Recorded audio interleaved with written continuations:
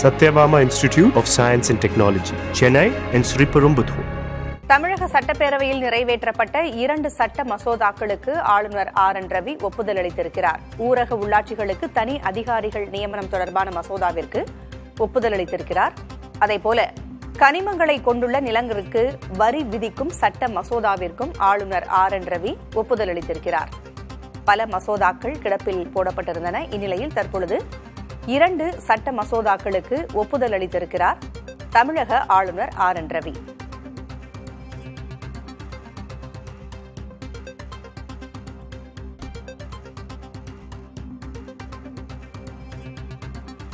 கூடுதல் விவரங்களை வழங்க செய்தியாளர் ரமேஷ் இணைந்திருக்கிறார். ரமேஷ், 10க்கும் மேற்பட்ட மசோதாக்களுக்கு ஒப்புதல் அளிக்கப்படாமல் இருப்பதாக உச்சநீதிமன்றத்தில் வழக்கு நிலுவையில் இருக்கிறது. இந்நிலையில் 2 மசோதாக்களுக்கு தற்பொழுது ஒப்புதல் அளித்து ஆளுநர் உத்தரவிட்டிருக்கிறார். இது குறித்த கூடுதல் விவரங்கள் என்ன? 2019ஆம் ஆண்டு தமிழகத்தில் 20க்கும் மேற்பட்ட மாவட்டங்களுக்கு உள்ளாட்சி அமைப்புகளுக்கான எலெக்ஷன் நடந்தது. அவர்களுடைய பதவிக்காலம் 2024 முடிந்தது.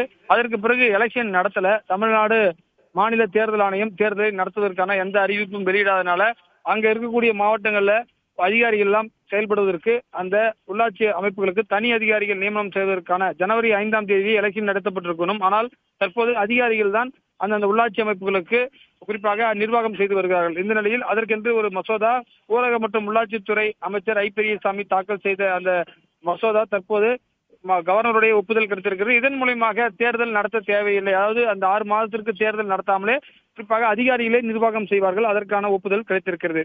மற்றொன்று, கனிமங்களை கொண்டுள்ள நிலங்களுக்கு வரி விதிப்பது. அதாவது பாத்தீங்கன்னா தருமபுரி, கிருஷ்ணகிரி, சேலம் போன்ற மாவட்டங்களில் நிறைய நிலங்கள்ல மேக்னைசைட் உள்ளிட்ட கிரானைட் போன்ற கனிமங்கள்லாம் இருக்கின்றன. அதுக்கு அந்த நிலங்களுக்கு வரி, அரசுக்கு வருவாயை உயர்த்துவது தொடர்பாக கனிம வளத்துறை அமைச்சர் துரைமுருகன் தாக்கல் செய்த அந்த சட்ட மசோதா அப்போது சட்டமன்றத்தில் குரல் வாக்கெடுப்பு மூலம் நிறைவேறியது. தற்போது இதற்கு கவர்னர் ஒப்புதல் கொடுத்திருக்கிறார். இந்த 2 சட்ட மசோதாக்களுக்கும் கவர்னர் ரவி ஒப்புதல் கொடுத்திருக்கார். அது மட்டும் இல்லாமல் பல மசோதாக்கள், குறிப்பாக பல்கலைக்கழக துணைவேந்தர்களை மாநில அரசே நியமனம் செய்வது தொடர்பான சட்ட மசோதாக்கள் எல்லாம் நிலுவையில் இருக்கின்றன. அந்த மசோதாக்கள் குறித்து கவர்னர் இன்னும் முடிவெடுக்கவில்லை.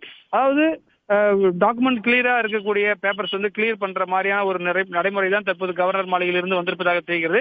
இதன் மூலமாக 2 சட்ட மசோதாக்களும். நமது தொலைபேசி இணைப்பில் மூத்த பத்திரிகையாளர் தராசு ஷியாம் இணைந்திருக்கிறார். பேசலாம். வணக்கம் சார். பல மசோதாக்கள் கிடப்பில் இருக்கின்றன. இந்த நிலை இந்த 2 மசோதாக்களுக்கு தற்பொழுது ஆளுநர் ஒப்புதல் அளித்திருக்கிறார். என்ன காரணம் நினைக்கிறீங்க? 2 மசோதாக்களுக்கும் ஒப்புதல் அளித்ததை நாம் வரவேற்கத்தான் செய்ய வேண்டும். இன்னும் மீதி இருக்கிற மசோதாக்களுக்கு அவர் ஒப்புதல் அளிக்க வேண்டும் என்பது நமது கோரிக்கையாக இருக்கும். இதுல கனிம வளம் அடர்ந்த நிலங்களுக்கான வரி அதனூடாக எது பயணம் செய்யும் என்றால், உச்ச நீதிமன்றத்திலே ஒரு 2 மாதங்களுக்கு முன்பு வந்த தீர்ப்பு. அந்த தீர்ப்பு என்ன சொல்கிறது என்றால், கனிம வளங்களை மத்திய அரசு தோண்டி எடுக்கும் போது அந்த கனிம வளங்களுக்கான சுங்க வரி, அதாவது ராயல்டி சுங்க வரி என்று கூட சொல்லக்கூடாது, உரிமை தொகைக்கான வரி விதிப்பதற்கு மாநில அரசுகளுக்கு அதிகாரம் இருக்கிறது என்று. இது பீகார், ஜார்க்கண்ட் போன்ற மாநிலங்களில் பெரிய அளவுக்கு இது எதிரொலித்தது. இப்போது தமிழ்நாட்டிலே நிலங்களுக்கு வரி விதிக்கும் போது இதற்கும் சேர்த்து ப்ரொவிஷன் வருகிறதா என்று எனக்கு உண்மையில் தெரியவில்லை. ஆனால் அப்படி வறுமையானால் அது மாநில அரசுக்கான வரி வருவாயை பெருக்கும். அப்படி வர வேண்டும் என்பது எனது விருப்பமும் கூட. எது எப்படி இருந்தாலும் ஒப்புதல் அளிக்கப்பட்ட விஷயம் என்பது பாராட்டுதலுக்குரிய ஒரு அம்சம் தான். அதை நான் குறை கூற முடியாது. தமிழ்நாடு அரசு மேலும் நிலுவையில் இருக்கிற மசோதாக்களுக்கு அழுத்தம் தர வேண்டும், அல்லது அது உச்சநீதிமன்றத்திலே ஏற்கனவே இது தொடர்பான வழக்குகள் நிலுவையில் இருக்கின்றன. அந்த வழக்குகளை தொடர்ந்து நடத்தி ஆளுநர் மாளிகையிலிருந்து ஒப்புதல் பெறுவதற்கு முயற்சிக்க வேண்டும்.